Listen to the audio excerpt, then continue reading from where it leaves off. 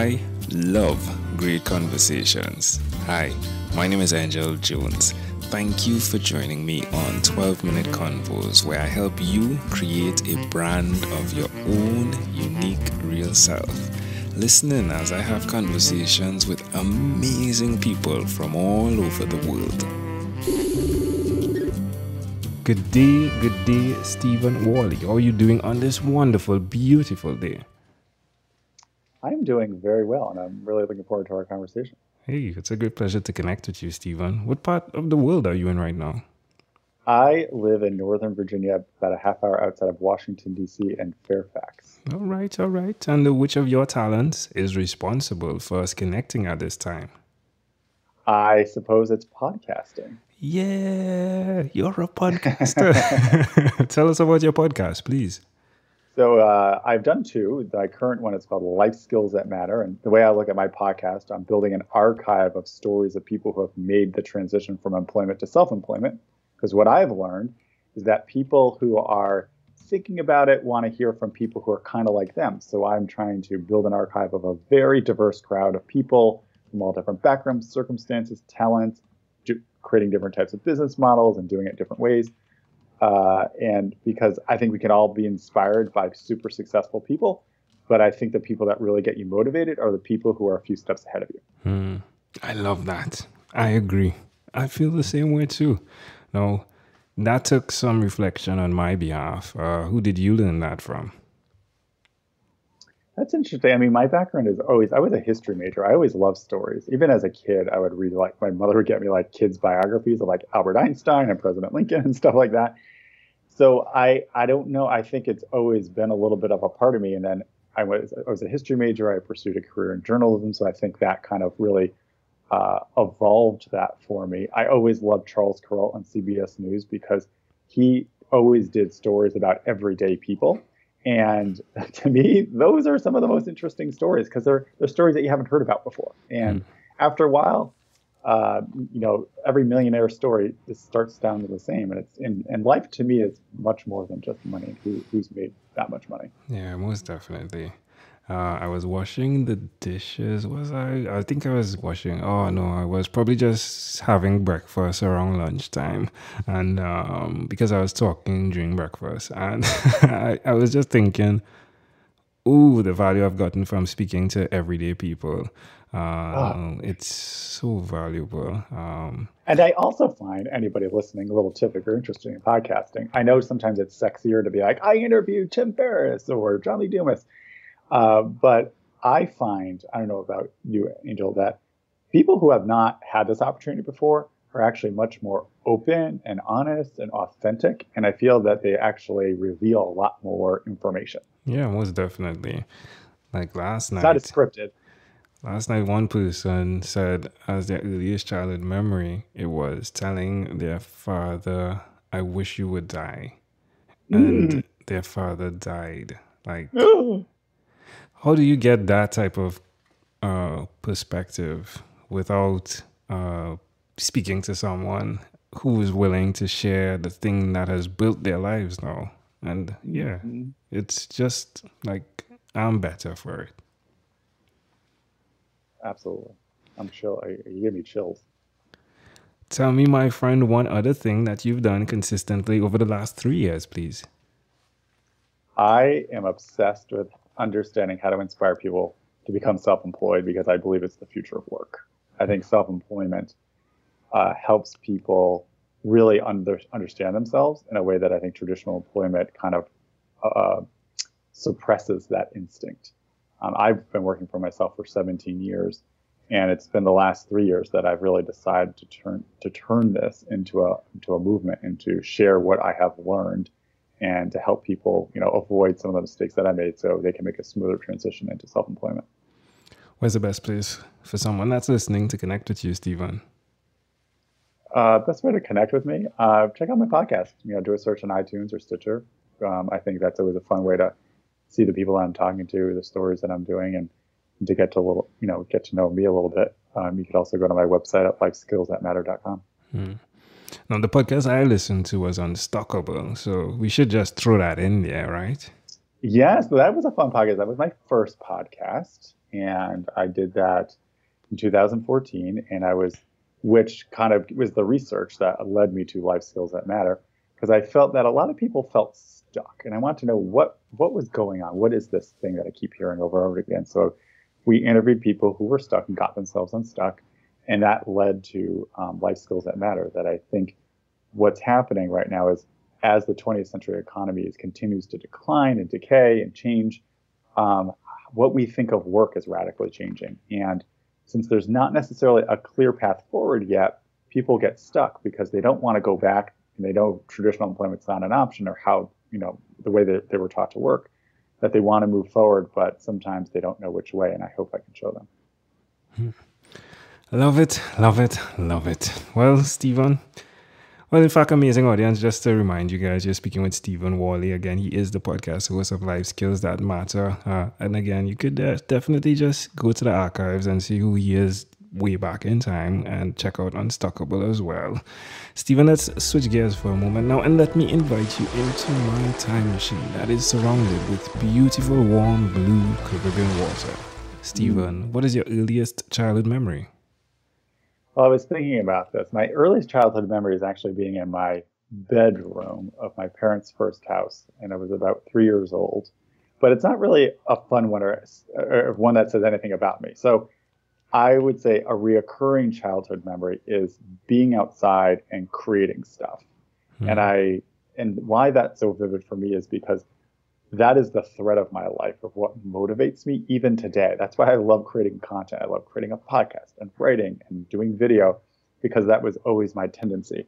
And when people are stuck and they don't know what they want to do with themselves, I often say, well, what did you like to do as a kid? Like, when you're a kid, before you're told what you had to do, you had a natural tendency and a natural way of doing things, or you're drawn to certain things. And there's a secret in there. There's a hint of that thing that you've probably been doing all along unconsciously. Yeah, most definitely. Love it. So the memory with you in the room is just you in the room? Yeah, I could just remember seeing the room. All right, all right. And that was your room. Yeah, and my mother was always surprised because there's not a photo of that room and the way that I could still describe it. So I was probably like 2.5, 3 years old, and she's still always amazed of how I could describe that room, that vivid detail. Intriguing. And this is just me playing with a thought here. Do you remember if you're looking at, can you see yourself in the room in that memory, like where you're sitting or standing, or do you remember just being there and looking outside of yourself and seeing around the room? Yeah, it's more the latter, outside of myself and looking around the room. All right. That's wonderful. Well, can I offer an interpretation to the thought picture you created in my mind? Sure, I'd love to hear it. I love the idea of you needing to be stuck to understand what it is to be unstuck. Mm-hmm. You get me, my friend. You can't, as I say, you can't find growth or the thing that you want to do without getting stuck first, because that's the first level of awareness that you're like, oh my gosh, the way that I was taught how to work or to do life isn't working for me, and I'm stuck, but I don't know how to move forward. And that's when you start learning about self-awareness, which is unfortunate. I think it's the most important life skill that should be taught from like kindergarten on up. But it's not, unfortunately. It's crazy. Well, I love to play with words as well. And I like the fact that there was a word that someone said that I'm like explaining something and I'm trying to get the word and I'm going on blah, blah, blahing, right? But the word was structure. And how necessary it is for structure, or to have structure as a creative, right? Because they work hand in hand.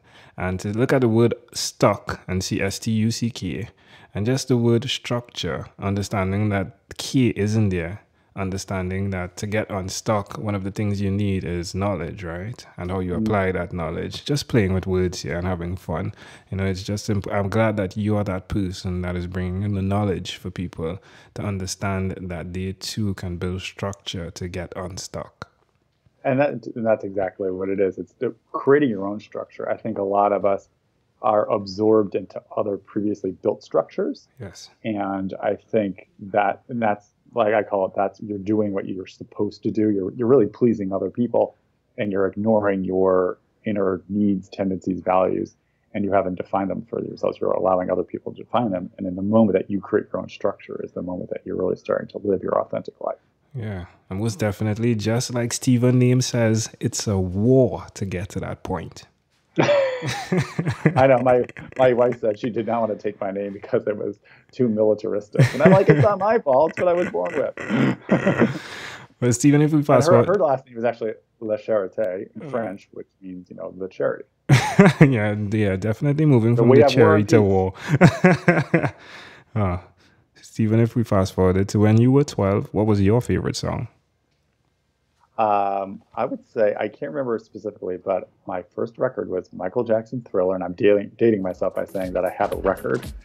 And for those of you who don't know what that is, it was actually on vinyl, and you put it on a record player, played music, and had about 12 songs on it.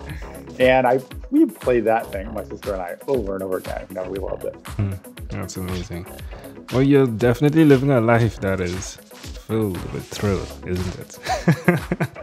I would like to think so, because I got to offer it myself. I stopped listening to what other people had to say from the way I should use my time. So It's been much more interesting. I was looking at that video yesterday, right? And just looking at Michael saying, he's expressing, I love you. He puts the ring on her finger, and then he says, there's something I need to tell you. And then he shows his true self, right? So it's just, it's just amazing how things connect, where you understood that showing your true self and showing up as your true self is so much connected to the thing you love doing. When did you decide to show up as your true self? I mean, you were just talking. I get this vibe from it. You were like, that's a great question. You're like really far away, but I'm connected to you. Yeah, that's a great question. Where did I decide to show up as my own true self?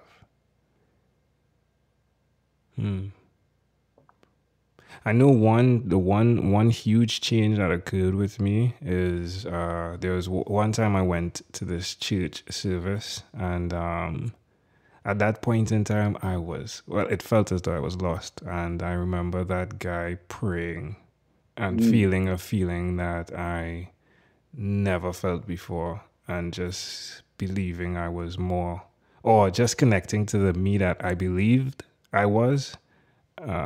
I think that was definitely one of the change points, if I had to name one. And that's so important. It's amazing how little trust we have in ourselves, and I just want people to say, like, trust yourself a little bit more. Like, you're awesome. You know more than you're letting yourself believe. Exactly. We were born with it. Mm-hmm. Well, Stephen, we've arrived at our destination, but before we get off of this time machine, there's a small declaration form. So it's yes or no, possibly a bit more. We're going to move pretty quickly here. Are you ready? Sure, I'm ready. Stephen, have you chosen someone to pass on your skills to? As many people who are open to learning about self-employment. Are you married? Yes. Do you have children? Not yet. Do you believe in God? Not in the way that I was raised as a Catholic, but yes, as an energy force. Do you have an inner circle of friends? Absolutely. Do you watch TV for more than 3 hours a day? No. How about 3 hours a week? Yes. What about screen time, the phone and or the computer? Is it more than 8 or less than 8 hours a day? Less than 8. If you had to share with us, Stephen, your own unique real statement, a statement that represents Stephen Warley, what would you say that is? People often would say that I make it happen. When somebody needs something to get done, I will get it done. Love it. Stephen, this was a great pleasure. Before you leave, is there anything else you'd like to share with our amazing audience?